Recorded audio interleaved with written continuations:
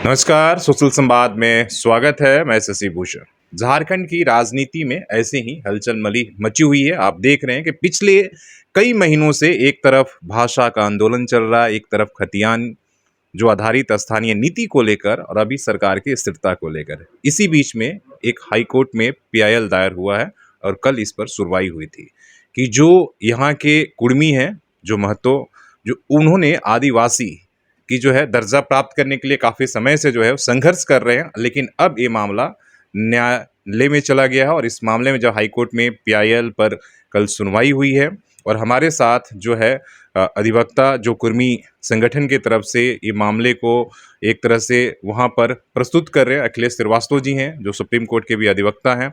इनसे हम पूछते हैं और समझते हैं कि आखिर ये मामला कितना गंभीर है और क्यों जो है यहाँ की जो कुर्मी हैं, जो महतो हैं, उनको आदिवासी का दर्जा क्यों देना चाहिए। तो सबसे पहला सवाल यही से शुरुआत सर करेंगे। आपको क्यों लगता है, हालांकि आप तो पीआईएल दायर किए हैं, आप क्यों जो यहाँ की कुर्मी हैं उन्हें आदिवासी का दर्जा क्यों मिलनी चाहिए, इसलिए कि वो तो एक तरह से यहाँ की एक मजबूत कम्युनिटी है। देखिए 2008 के बाद और 2021 के बीच में जो जेनेटिक रिसर्च हुए पूरे दुनिया में, केवल हिंदुस्तान के लिए नहीं, उसने इस तरह के जो सवाल हैं कि कौन ट्राइब है, कौन नॉन ट्राइब है, कौन उसकी जाति क्या है, मतलब ये जो 3 इम्पॉर्टेंट चीज़ें हैं हिंदुस्तान में, ट्राइब, आदिवासी, गैर आदिवासी और जाति, ये तीनों सवाल जो है ये हिस्ट्री और सोशियोलॉजी से बाहर चला गया। अब जेनेटिक्स ये तय कर रहा है कि कौन आदिवासी है, कौन आदिवासी नहीं है, कौन किस जाति का है और उसका इतिहास क्या है, ये अब जेनेटिक्स तय कर रहा है। और जेनेटिक्स की जो फाइंडिंग्स हैं, जो दुनिया के सबसे बड़े जेनेटिसिस्ट हैं डेविड रीच, उनकी किताब है, उनकी किताब जब आई उसके बाद ही इस पर चर्चा पूरी दुनिया में चलने लगी, क्योंकि वो हिंदुस्तान को स्पेसिफिक करके हिंदुस्तान के डेमोग्राफी के बारे में उन्होंने पूरा रिसर्च किया जेनेटिक। उनकी किताब है who we are and how we got here, वो फेमस किताब है। उसी के आधार पर अर्ली इंडियंस लिखी गई, जो टॉनी जोसेफ साहब हैं, उनकी किताब, जिस किताब को मैंने कल ऑनरेबल हाई कोर्ट में रेफ़र किया। तो ये जब रिसर्च आया उसके बाद दुनिया को देखने का तरीका बदल गया, इतिहास को डिफ़ाइन करने का तरीका बदल गया। जैसे अब आज की तारीख में ये है, आप अगर सोशियोलॉजी हिस्ट्री से अगर आप जाएंगे तो आप देखेंगे कि अंग्रेज़ों ने इनको आदिवासी माना 1931 तक। कैटेगरिकली था कि उनका जो सक्सेशन एक्ट है वो यहाँ के उन लोगों पर लागू नहीं होगा जो आदिवासी हैं, उसमें कुर्मी भी शामिल थे। अचानक 1931 के बाद आप गायब हो गए, तो 1931 से लेकर 1947 तक अंग्रेज़ थे, उन्होंने कोई तब्दीली नहीं की, उनकी कोई रिपोर्ट नहीं आई। और 47 में आज़ाद होने के बाद आपने कुछ 3 साल में क्या किया, आपने 3 साल में कॉन्स्टिट्यूएंट असेंबली में डिबेट हुआ, उसके बाद संविधान एडॉप्ट हुआ। तो जो दस्तावेज आपके पास हो सकते हैं वो कॉन्स्टिट्यूएंट असेंबली डिबेट है, और कुछ आपने किया नहीं। आपके पास तो कुछ थी नहीं, कोई इंफ्रास्ट्रक्चर नहीं था, आपके पास कोई सरकार जैसी चीज़ नहीं थी, वो केवल नाम की सरकार थी क्योंकि आपको सपोर्ट था। आपने कोई कमेटी नहीं बनाई, कुछ नहीं किया। तो 3 साल में आपने क्या किया? कुछ नहीं किया। अचानक से ये गायब हो गया इनका नाम। कॉन्स्टिट्यूशन ऑर्डर जब 1950 लागू हुआ, उसमें से इनका नाम, बाकी सारे आदिवासी लोगों का नाम है, इनका नाम चला गया। कैसे चला गया? कुछ तो होना चाहिए। हम लोगों ने पूरा खोज, हम लोग एक करीब 8-9 महीने हम लोग लगाए इस पिटीशन को ड्राफ्ट करने से पहले, कंप्लीट करने से पहले। हम लोगों ने सारे दस्तावेज को खंगाला, 50-60 किताबें हम लोगों ने पढ़ी, संविधान इससे पार्लियामेंट से रिलेटेड जो चीज़ें हैं, कॉन्स्टिट्यूएंट असेंबली की जो किताबें हैं, वो सारा हमने खंगाला, कहीं कोई जिक्र नहीं। तो कैसे गायब हो गया? तो एक अनुमान ये है कि मिस्चिफ है, कोई एक बड़ा लॉबी बिहार का या कहीं का था जो ये चाहता था कि इनका जो आदिवासी का दर्जा है, क्योंकि एक डोमिनेटिंग कम्युनिटी है, इंटेलिजेंट कम्युनिटी है, नो डाउट। और अभी मैं आपको बताऊंगा कि जो ज़मीन सबसे ज़्यादा इनके पास है और उस ज़मीन के होने से इन्होंने क्या किया, इन्होंने क्या कमाल किया, वो मैं बताऊंगा। इसकी वजह से कोई मिस्चिफ इनके साथ हुआ जिसकी वजह से वो नाम निकला, नहीं तो इनका नाम हटाने का कोई भी दस्तावेज मौजूद नहीं है, कोई भी कारण मौजूद नहीं है। तो जो आपने सवाल पूछा, मैं उसके जवाब में आता हूँ कि अब पूरे दुनिया को जब हम लोग डिवाइड करते हैं तो किस तरीके से डिवाइड करते हैं। तो मैं भारत को केंद्र में करता हूँ, जो जेनेटिक्स का रिसर्च है। डेविड रीच की जो जेनेटिक्स की जो रिसर्च है वो आपको 4 ग्रुप्स के बारे में बताती है। मैंने अभी तक आपने जात के बारे में बताया, कितने तरह के जात हैं, गोत्र हैं, कितने तरह के आदिवासी गैर आदिवासी हैं, कितने तरह के धर्म के लोग हैं। इन सब को छोड़ के मैं आपको बताता हूँ जेनेटिक्स का डिवीजन हिंदुस्तान में कितना है। वो केवल 4 है। और 4 तरह के माइग्रेशन की बात डेविड रीच करते हैं। 4 माइग्रेशन 4 माइग्रेशन के साथ 4 डिवीज़न। तो अगर आप जेनेटिक्स से देखेंगे तो 4 ही तरह के लोग हिंदुस्तान में हैं। कौन-कौन मैं आपको बताता हूँ।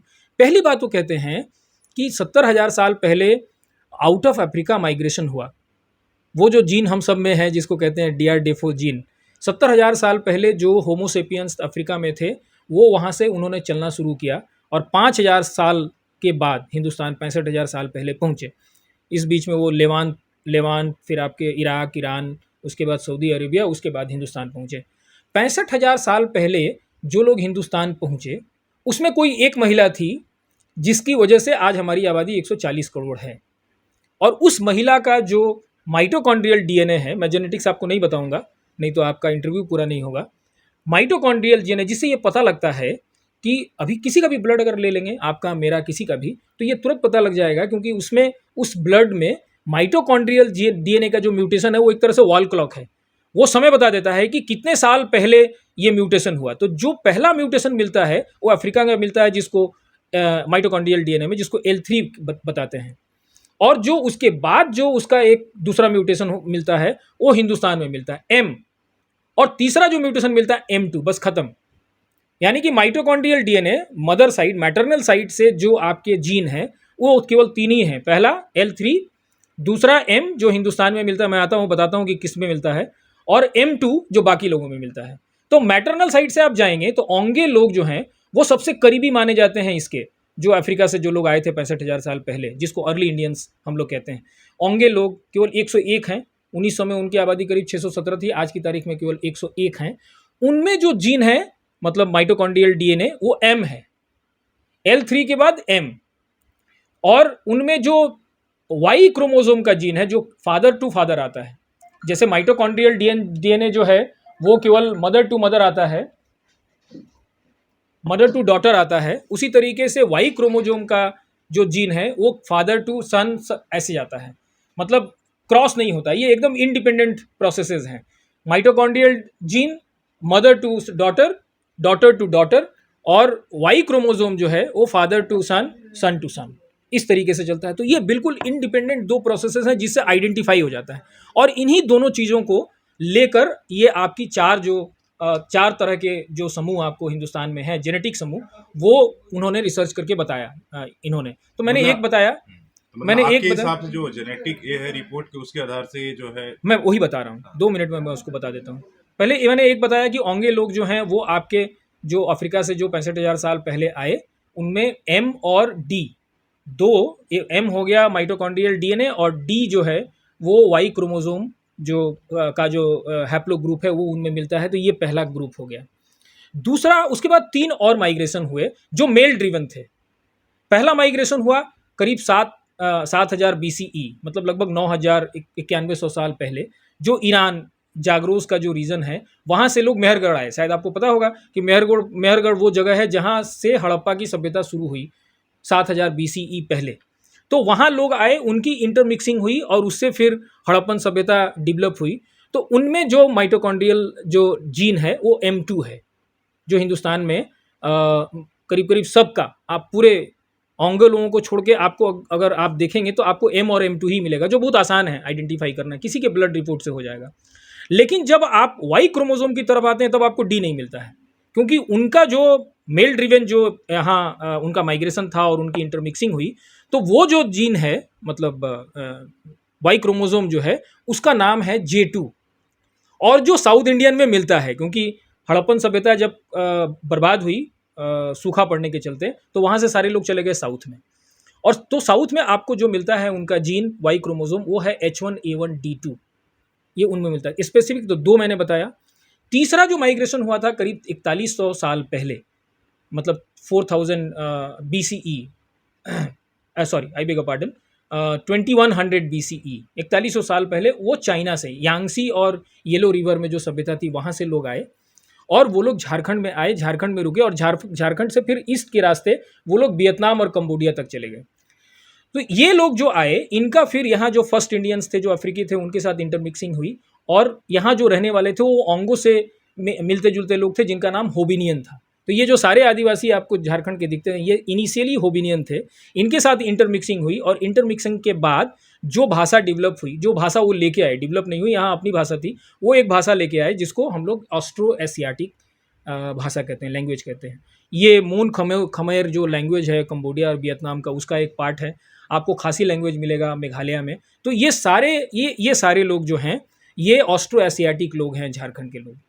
और इस ऑस्ट्रो एशियाटिक, ये जो पूरा रीजन है 4000 साल पहले जो इसका डिपिक्शन है, उसमें पूरा का पूरा झारखंड का रीजन जो है वो ऑस्ट्रो एशियाटिक रीजन है। तो उसमें तमाम लोग हैं। जो किताब है उसमें उन्होंने लिखा है कि मुंडा और खासी, मतलब मेघालय का मुंडा में उन्होंने उदाहरण के तौर पर लिखा है मुंडा संथाली हो, सचाइज लिखा है, मतलब उसमें ये सारे लोग हैं, तो उसमें ये भी हैं। तो ये जो चाइना से जो माइग्रेशन हुआ उसमें दो बात, कि एक जीन, तो इनका जो जीन है वो M1 M2, तो मदर साइड से जो है M1 M2 ही रहेगा, आपको मिलेगा। लेकिन जब फादर के साइड से देखेंगे, पैटर्नल साइड से, तो आपको इनका जीन मिलेगा O2A। मैंने 3 वाई क्रोमोसोम की बात की, एक कहा D, दूसरा मैंने कहा J2, H1A1 D2, और इनका मैंने कहा O2A। तो इनका जो जीन आपको वाई क्रोमोसोम मिलेगा वो O2A है। और तीसरी जो सबसे इंपॉर्टेंट बात है, जो आर्कियो बोटानिक फैक्ट है, वो है चावल के बारे में। हिंदुस्तान में लहुरा देवा में लगभग 7000 BC पहले इंडिका जो वैरायटी है चावल की, वो उसका एक्सपेरिमेंट वहाँ पे हुआ, उसको हार्वेस्टिंग कहते हैं। बाद में फिर उसका डोमेस्टिकेशन हुआ और फिर उसको कल्टीवेट करना शुरू किए हम लोग।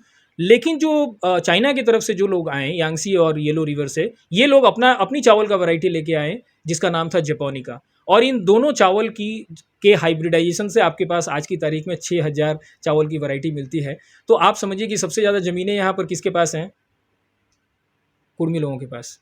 तो आप समझिए कि ये जो चावल का हाइब्रिडाइजेशन है, उसकी क्रेडिट अगर सबसे ज़्यादा जाएगा झारखंड में, तो वो यहाँ के लेकिन मेरा आदिवासी सवाल लोगों वहाँ को। है, ठीक है, आपने ये सारी जी दे दिया, उसके जी आधार पर फिर जातियाँ कैसे निर्धारित होंगी आपके जी हिसाब से? चलिए, जो भी आए और ये हुआ, लेकिन यहाँ जाति के आधार पर लोगों को अधिकार मिला है, तो जी आप कुर्मी को आदिवासी के जो दर्जा देने की बात हो रही है, जो जी न्यायालय की अब लड़ाई में, इसको कैसे साबित करेंगे कि भैया जो कुर्मी है वो आदिवासी है? जी संवैधानिक रूप से कैसे आप ये जी। करेंगे?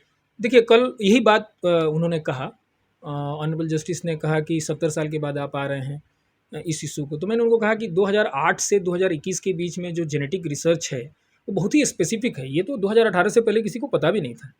तो आज जो है, हम जेनेटिक्स के बेसिस पे ये साबित करने की स्थिति में हैं कि भारत में 4 समूह है जेनेटिक्स के हिसाब से। जैसे जो चौथी, इन्होंने जो जाति की बात की, ये जाति की बात इनके साथ नहीं है। जो ऑस्ट्रो एशियाटिक लोग हैं, इनमें जाति का सवाल नहीं है। जो द्रविडियन लोग हैं, इसमें जाति का सवाल नहीं है। ये तो इंटरमिक्सिंग से, जो क्या नाम है, लगातार जो इंटरमिक्सिंग हुई है, तो आज आप देखेंगे परसेंटेज में चीज़ें मिलती हैं। 100% आप खोजेंगे तो ना आपको डी मिलेगा, ना आपको एम मिलेगा, ये 100% नहीं मिलेगा।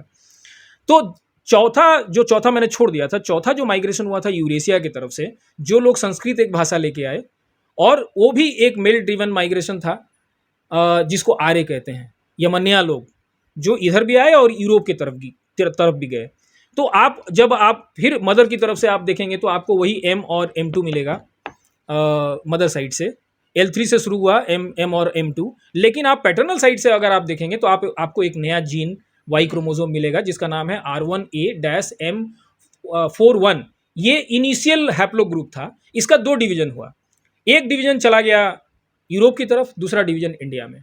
यूरोप की तरफ जो गया वो R1A-Z282 है, और जो इंडिया में रह गया वो Z93 है। तो आपको मैंने 4 तरह के वाई क्रोमोसोम के बारे में बताया, और ये 4 तरह का जो वाई क्रोमोसोम है, यही आपका एक्चुअल डिवीजन हिंदुस्तान में है। अब मैं आपकी जाति वाली बात का जवाब दे देता हूँ कि जातियों को बनाया इन लोगों ने, जो वहाँ से आए, यूरेशिया से जो लोग आए। और ये लोग जाति लेके नहीं आए थे, ये गलतफहमी हटा दीजिए। ये लोग कोई वेद लेके नहीं आए थे। ये लोग आए थे करीब 4000 साल से 3500 साल के बीच में, लगभग 500 साल के बीच में ये लोग हिंदुस्तान की तरफ आए। और ये कोई धर्म लेके नहीं आए थे, सनातन धर्म लेके नहीं आए थे, ये कोई वेद लेके नहीं आए थे, ये कोई पुराण लेके नहीं आए थे। हाँ, एक प्रोटो संस्कृत भाषा जरूर लेके आए थे। और दूसरा था उनका जीन, वाई क्रोमोसोम, जिसकी मैंने बात की। हिंदुस्तान में जो जाति डेवलप हुई वो 100 साल के आसपास, मैंने 100 CE, मैंने कॉमन एरा जब शुरू हुआ, उसके 100 साल के बाद जातियां शुरू हुई। और जातियां शुरू होने के बारे में एकमात्र कारण था कि ऑल ऑफ ए सडन, जिसका हिस्ट्री में या जेनेटिक्स में भी जिसका कोई जवाब अभी तक नहीं है, कि ऑल ऑफ ए सडन जो एक्सोगैमस मैरिजेज होते थे, माने जैसे क्या नाम है, नॉर्थ के लोग आए तो उनका साउथ के लोगों के साथ शादियां हो रही है, साउथ के लोगों का ईस्ट के लोगों का, मतलब ये जो एक्सोगैमस मैरिजेस थे हिंदुस्तान में, उसको अचानक इस 100 साल जब हुआ कॉमन एरा का, उसके बाद उसको अचानक जैसे उस पर ताला लग गया और इंडोगैमस मैरिजेज होने लगे। तो जो जहां रह गया वो एक ग्रुप के रूप में डेवलप कर गया। तो मैं आपको बताऊं कि ये जो आदिवासी है, ये बेसिकली जेनेटिक्स कहता है कि जेनेटिक ड्रिफ्ट की वजह से आदिवासी, मतलब जिसका डाइवर्सिफिकेशन जीन का कम हो गया वो आदिवासी रह गया, और जिसका ज़्यादा हो गया वो आदिवासी नहीं रहा।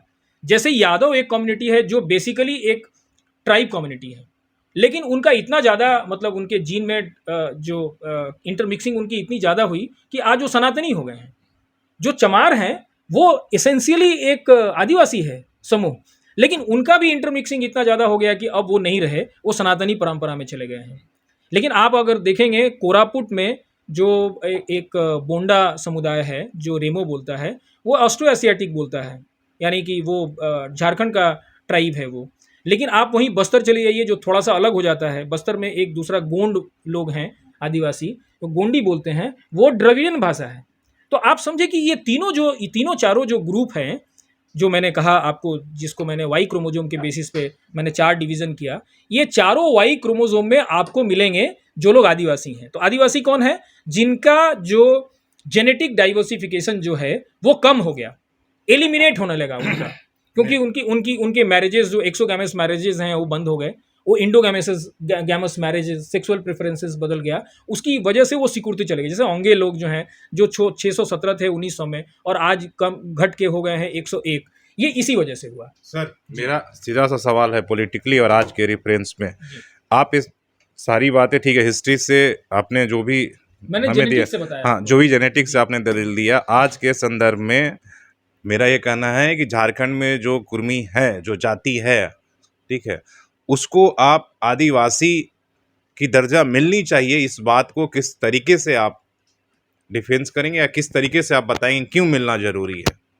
मेरा देखिए, सीधा सा सवाल ये है इसका इस भी बात जेनेटिक जवाब हम जेनेटिक से ही आज के संदर्भ में जेनेटिक से ही जवाब आपको देते हैं। आप बताइए कि इस देश में मैंने 4 समूह बताया, द्रविडियन बताया, ऑस्ट्रो एशियाटिक लैंग्वेज बताया, इंडो यूरोपियन जो आर्यन लोग हैं, और उसके बाद ओंगे लोग जो एकदम शुरू में आए 65,000 साल पहले। इसमें सबसे ज़्यादा विकसित कौन है? जवाब हमको मालूम है। सबसे ज़्यादा विकसित अगर आपको दिखेंगे, मतलब जो सोशली और पॉलिटिकली सबसे ज़्यादा डोमिनेट करते हैं, वो ब्राह्मण लोग हैं, सवर्ण लोग हैं। हाँ, आप कह सकते हैं। जैसे जीन का भी वही बात है कि जो जीन की मैंने बात की, R1A Z93, ये सबसे ज़्यादा तिवारी लोगों में मिलता है, जो यूपी के ब्राह्मण हैं, आपको मालूम है। उसके बाद बिहार के भूमिहार लोगों में मिलता है, जो बहुत डोमिनेटिंग कास्ट है।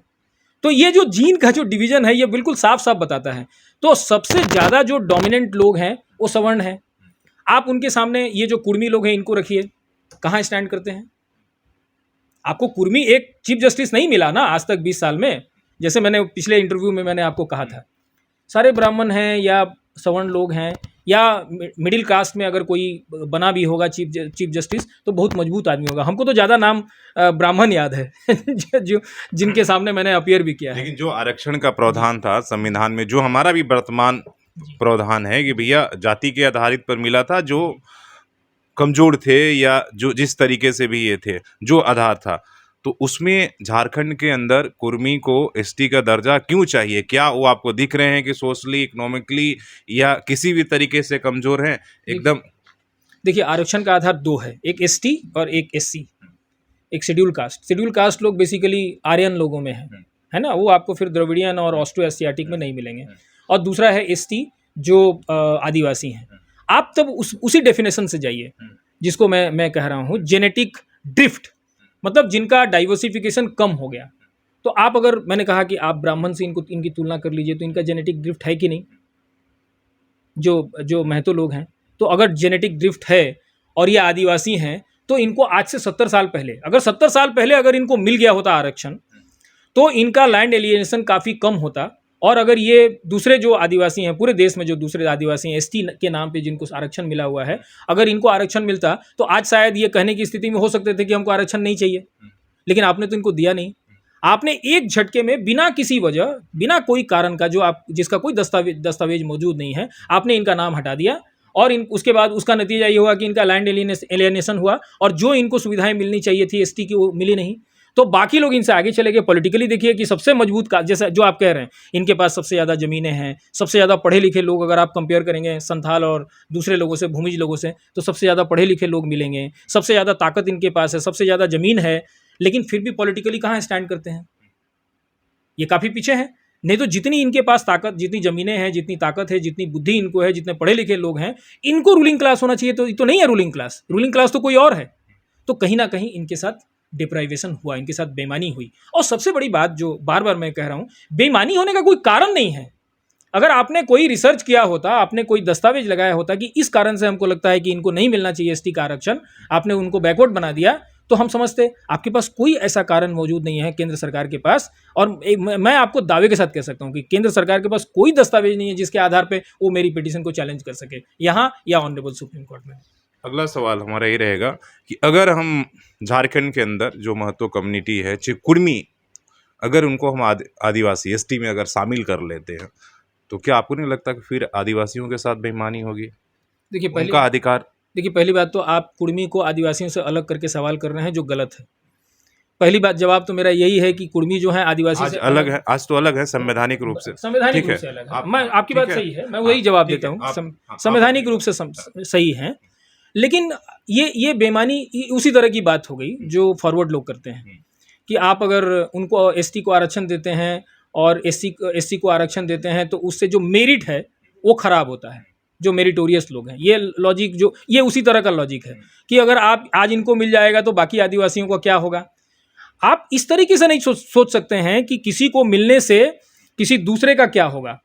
आप दूसरे को, जैसे थोड़ी देर के लिए मान लें, मैं आपको उदाहरण से समझा देता हूँ कि अगर महतो लोगों को मिलेगा तो ये आपको ये डर है कि ये जो संथाल हैं, भूमिज हैं, उनसे ज़्यादा तेजी से आगे बढ़ेंगे, यही डर है ना। झारखंड में एकदम साफ साफ मैं खोल के बोलता हूँ, यही डर है। तो इस डर के चलते इनका हक मारा जाएगा क्या? ये कोई लॉजिक है? इस डर की वजह से इनका हक नहीं मारा जाएगा। हम सरकार से ये कहेंगे कि आपकी पॉलिसीज में इतना सुधार होना चाहिए कि अगर इनके आगे बढ़ने से अगर किसी और का डिप्राइवेशन होता है तो आप कुछ और काम करिए। आपको एजुकेशन का लेवल बढ़ाना पड़ेगा, आपको हेल्थ की फैसिलिटीज को बढ़ानी पड़ेगी, आपको उनकी जो सोशल रिक्वायरमेंट्स है, उनकी जो संस्कृति है, उसको बचाने के लिए जितने नए पॉलिसीज लाने हैं आपको ले आने पड़ेंगे। आप इनको क्यों लड़ा रहे हैं इनके साथ? महतो लोगों को आप, यहाँ के जो आदिवासी ऑलरेडी रिकॉग्नाइज आदिवासी हैं, संथाल हो, मुंडा, आप उनसे क्यों लड़ा रहे हैं? उनके साथ इनकी कोई लड़ाई नहीं है। ये तो संथालियों के एक समूह का हिस्सा है ये महतो, जो उनसे अलग हो गया। जैसे प्राइमेट से ही मनुष्य अलग हुआ, उसी तरह की बात है कि ये लोग ओरिजिनेट हुए एक तरीके से, लेकिन एक संथाली हो गया और एक महतो हो गया। इन दोनों के बीच में ज़्यादा फर्क नहीं है। आप इनका लैंग्वेज देख लीजिए, बहुत ही कम फर्क है। ये बिल्कुल प्योर आदिवासियों, और इनका और संथालियों के साथ या दूसरे आदिवासियों के साथ कोई झगड़ा नहीं है।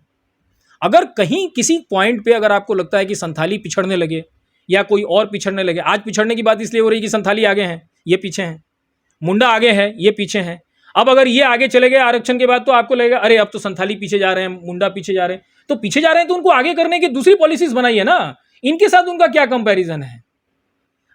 हम इनके डिप्राइवेशन की बात, इनके साथ अन्याय हुआ उसकी बात कर रहे हैं। अगर वो पिछड़ने लगेंगे तो आपको दूसरी बहुत सारी चीजें हैं जो आपको करनी है। सरकार का काम है, ये सरकार का काम है देखना कि कोई भी आदिवासी जो जेनेटिक ड्रिफ्ट की वजह से आदिवासी रह गया है वो पीछे न रह पाए, और उसके लिए आपको जो करना पड़ेगा वो करना पड़ेगा।